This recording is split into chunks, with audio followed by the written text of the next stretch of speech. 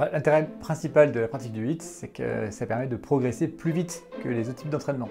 Donc en gros, la myoglobine, c'est l'hémoglobine du muscle, quoi. C'est ça.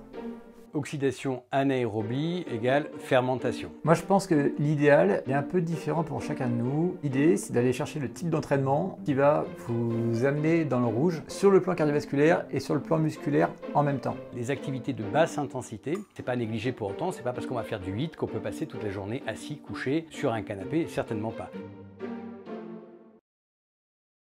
Bonjour à tous, aujourd'hui on va vous parler de HIIT, de sport on va dire explosif, HIIT endurance, HIIT force. Vous nous avez posé pas mal de questions sur le sujet, vous avez beaucoup d'interrogations et c'est vrai que c'est pas toujours facile de s'y retrouver. Donc aujourd'hui Victor, je vais te poser quelques questions sur ces activités physiques, sur ces types de pratiques d'activités physiques. Bonjour à tous, ok Boris, on y va. Alors sur le HIIT force ou résistance comme on va le voir, on parle souvent du Tabata, c'est l'exemple le mieux connu du nom de cet entraîneur japonais. Et donc le Tabata pompe par exemple, qui consiste à faire des pompes de façon très intense pendant une vingtaine de secondes, puis une dizaine de secondes d'arrêt total, de repos. Donc ça fait 30 secondes, on répète 8 fois, on obtient 4 minutes et au bout de 4 minutes, on est cramé. Voilà, en gros, c'était juste pour illustrer sur cet exemple. Mais de façon plus précise, Victor, est-ce que tu peux nous définir, enfin nous expliquer un peu mieux ce que c'est que le HIIT?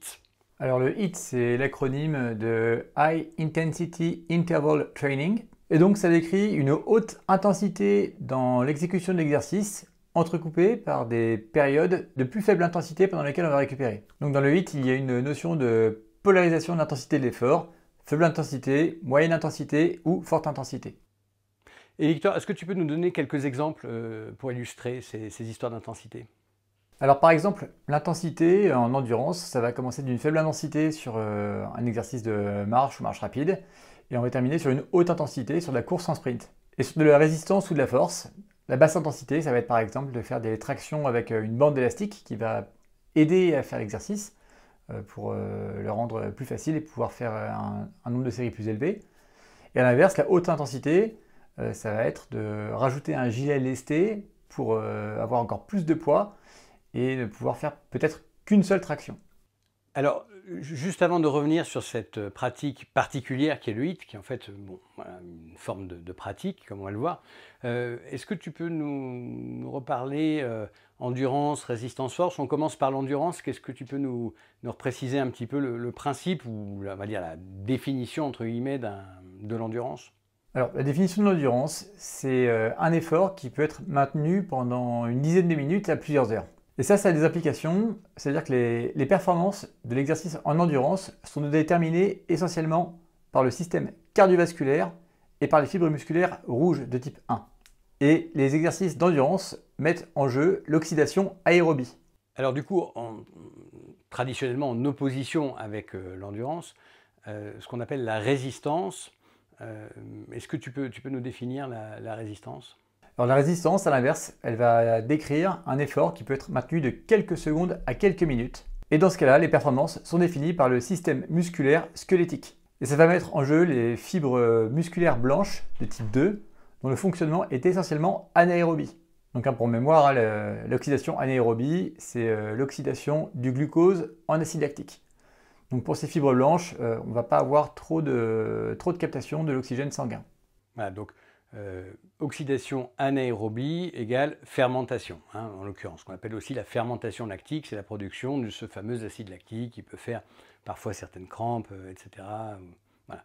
Alors, un cas particulier qui serait la force, parce que parfois on dit sport d'endurance versus sport de force, parce qu'en réalité il y a une nomenclature qui est utilisée dans certains pays, notamment les pays hispanophones. Résistance va être en fait synonyme d'endurance. Nous on a pris la classification la plus reconnue en Europe, qui est la classification anglo-saxonne, endurance d'un côté, résistance de l'autre, et au sein de la résistance, il y a un cas particulier qui est la force. Est-ce que tu peux nous en toucher un mot? Nous, ça nous paraît plus plausible de parler d'endurance pour les exercices qui mettent en jeu le système aérobie et de parler de résistance pour les systèmes qui mettent en jeu le système anaérobie. Un cas particulier de la résistance, c'est la résistance maximale. Donc c'est la charge maximale qui va pouvoir être tenue ou levée avec l'exercice.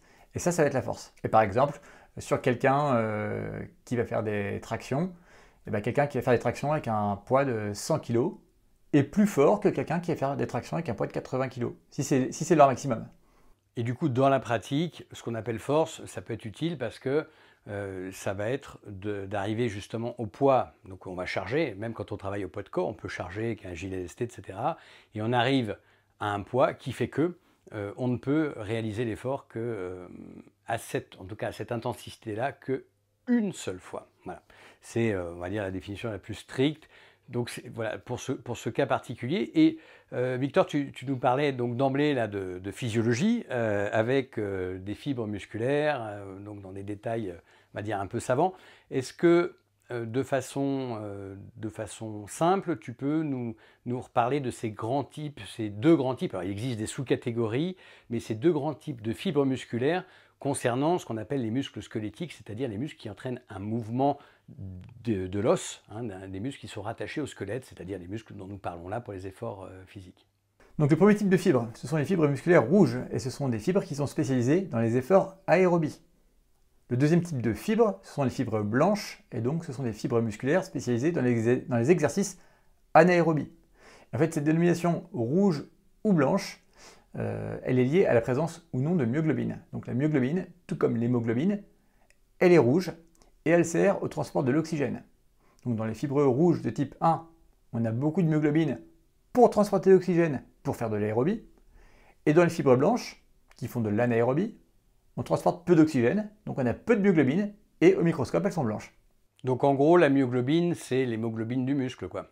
C'est ça. Et alors, dans ces deux types, deux grands types de fibres musculaires, est-ce qu'il y a des muscles complets comme le biceps où il n'y a qu'un seul type de fibre musculaire, ou est-ce que les deux ont tendance à cohabiter, certes en proportion variable, mais au sein de tous les muscles? Non, les deux cohabitent toujours. Après, en fonction du type d'entraînement qu'on va réaliser, on va plutôt favoriser un type de fibre qu'un autre. Sachant que les fibres blanches peuvent faire plus d'hypertrophie parce qu'elles peuvent contenir plus de glycogène.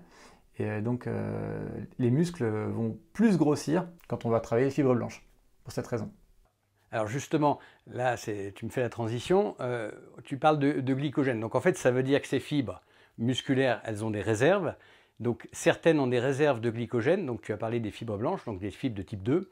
Et les fibres de type 1, est-ce qu'elles ont des réserves de carburant, elles aussi? Et quel est-il?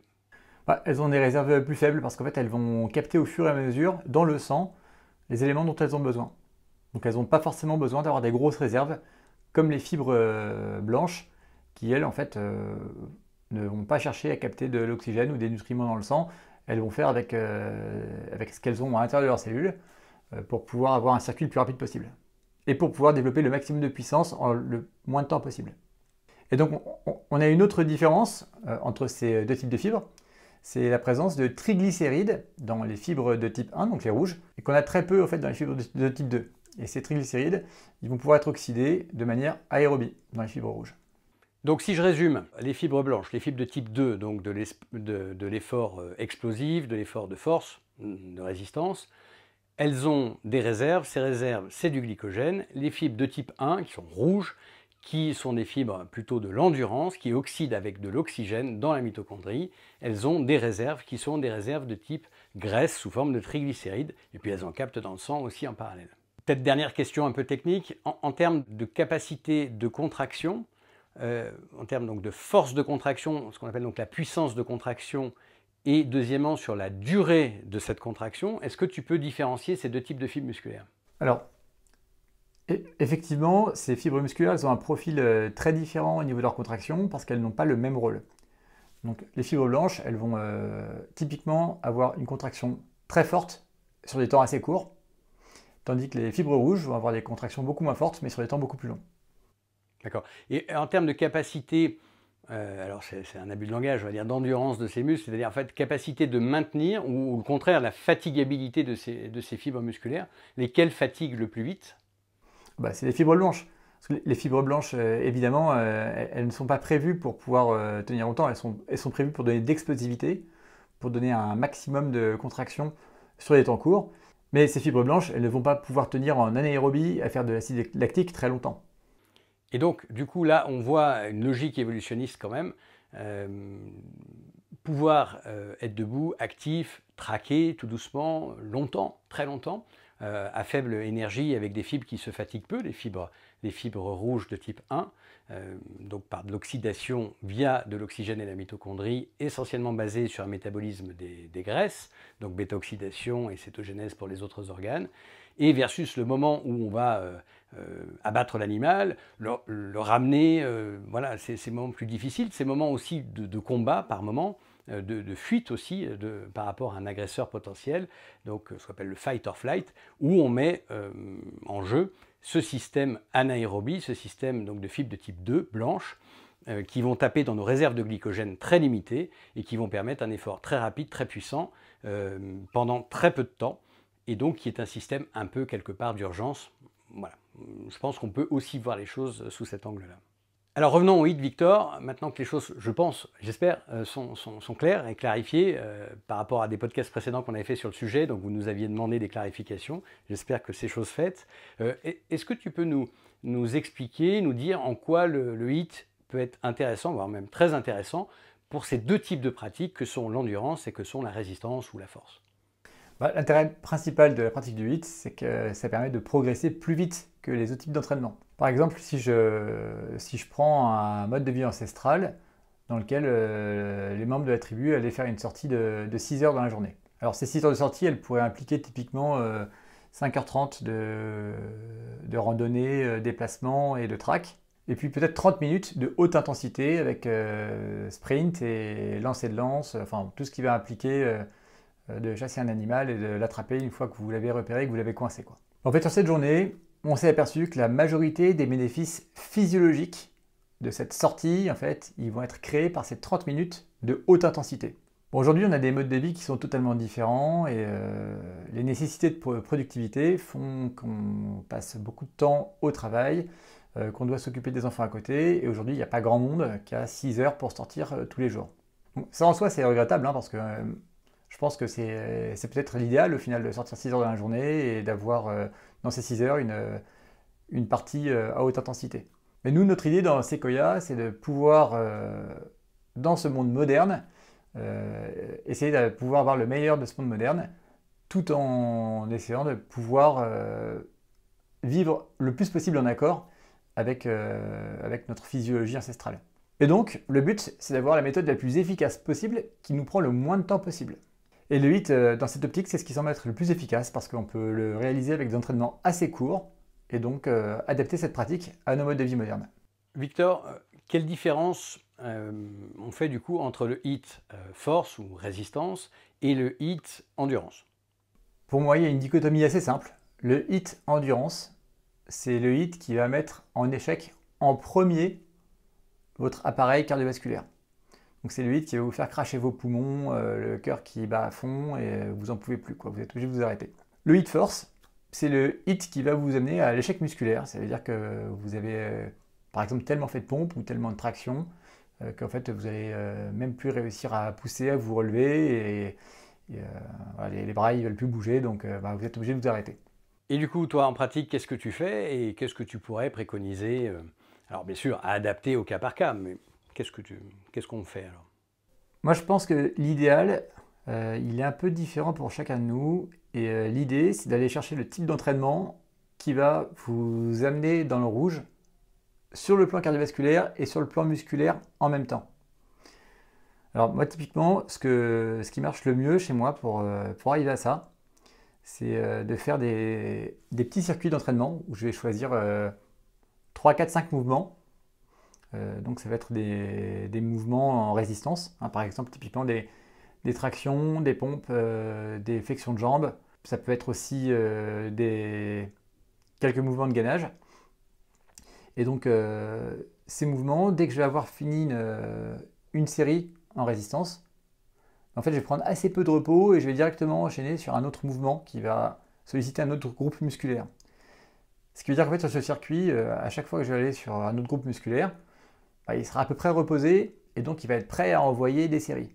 Sauf que entre-temps, vu que je me repose assez peu, Au niveau cardiovasculaire, le régime est en train de monter.